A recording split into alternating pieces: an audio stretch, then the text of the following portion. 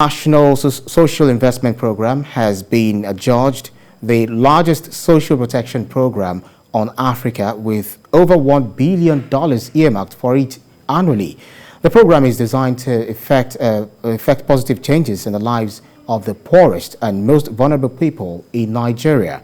These programs have been heavily criticized by many who feel the impact has not reduced poverty in the country. Our correspondent Mayor Thomas reports. The National Social Investment Program, NSIP, established in 2016, has 4 arms. The earmarked for young Nigerians between ages 18 to 35 to enable them acquire skills.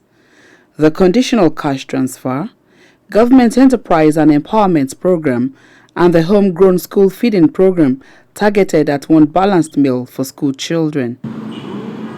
These programs have come under heavy criticism despite their laudable intentions. The program is commendable and it's noble both in conception and also execution, as it targets the most socioeconomically vulnerable across the country, especially those who are the lower rung of the economic ladder, and because it's all about making direct interventions. This financial economist believes the programs are a poverty alleviation strategy rather than poverty eradication measure and cannot be sustained. They are meant to be stopgap measures. Okay, they are not things we want to sustain, for a long time. Otherwise, you create a moral hazard situation.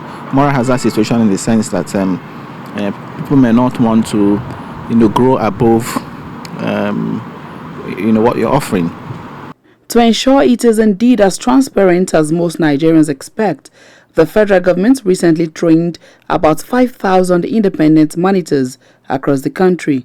To know what is happening in the programs, you need monitors, you need people that live within the community, that go day to day to check what is happening, to make sure feeding is taking place, to make sure when cash disbursement is being made to the right beneficiaries, to make sure that the G program is implemented and the traders that are giving the money are using it for expanding their program and all sorts. The monitoring is also to enable government have a database for these activities. To build and develop a monitoring and evaluation framework that they will plug into, and then we design data collection tools for them to use. So there's a systematic way everybody is doing the same thing. If you're monitoring N-Power, you have a tool that you're filling for N-Power. If you're monitoring Jeep, you have a tool for Jeep, so that everything is very clearly spelled out and it is very objective. You collect the data fields that you are meant to collect and then you upload it onto a system.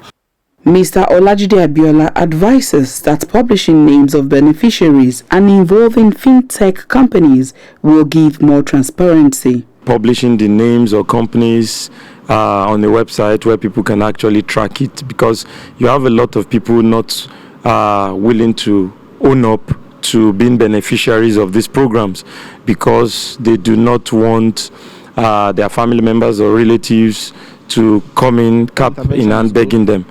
Social intervention is good. It can also be expanded, to ensure that a lot more people benefit. But for me, what is more important, going forward, is to ensure that the living condition of Nigerians, it is improved through, for example, investment in infrastructure that will reduce, for example, the cost of transport. The federal government have commenced the integration of all the social register.